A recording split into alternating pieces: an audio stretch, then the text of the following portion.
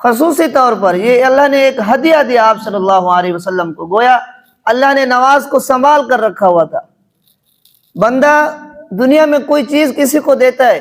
تو کبھی کسی کے ہاتھ بھیج دیتا ہے کہ یہ میری طرف سے فلاں بندے کو دے دینا، لیکن جب کوئی چیز اہمیت کی ہو، کوئی خاص چیز ہو، تو بندہ کسی پر اعتبار نہیں کرتا۔ بندہ اعتبار ہو بھی کسی پر تو ہم یہ چاہتے ہیں کہ میں خود جا کر یہ چیز پیش کروں، کہ میں خود دوں،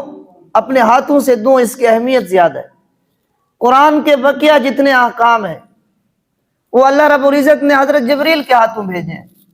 جہاد کا حکم آیا حضرت جبریل لے کر آئے، روزے کا حکم آیا حضرت جبریل لے کر آئے، زکوٰۃ کا حکم آیا حضرت جبریل لے کر آئے۔ پورے 23 سال، 40 سال سے لے کر 63 سال تک 23 سال حضرت جبریل آتے رہے، مختلف احکام لاتے رہے،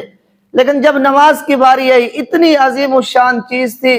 اتنا عظیم ہدیہ تھا، اللہ رب العزت نے اس کے لیے خود گوارا کیا کہ میں اپنے محبوب کو اپنے پاس بلاؤں اور خود اپنے ہاتھوں سے یہ تحفہ اپنے محبوب کو عطا کروں۔ تو یہ اہمیت بتانی مقصود تھی اس چیز کی۔ جبریل کے ہاتھ بھی بھیج سکتے تھے، جبریل بھی امانت دار فرشتے تھے کہ روح الامین، اللہ نے حضرت جبریل کی صفت ذکر کی قرآن میں کہ یہ ایسا روح الامین ہے،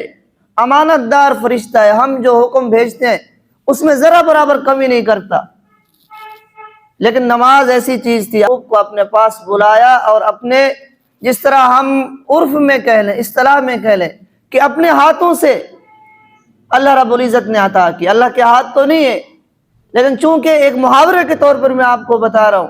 کہ اتنی اہم چیز تھی، اتنی عظیم شان تھی، اللہ رب العزت نے خود اپنے محبوب کو اپنے روبرو بٹھا کر، سامنے بٹھا کر یہ چیز ہدیہ کی،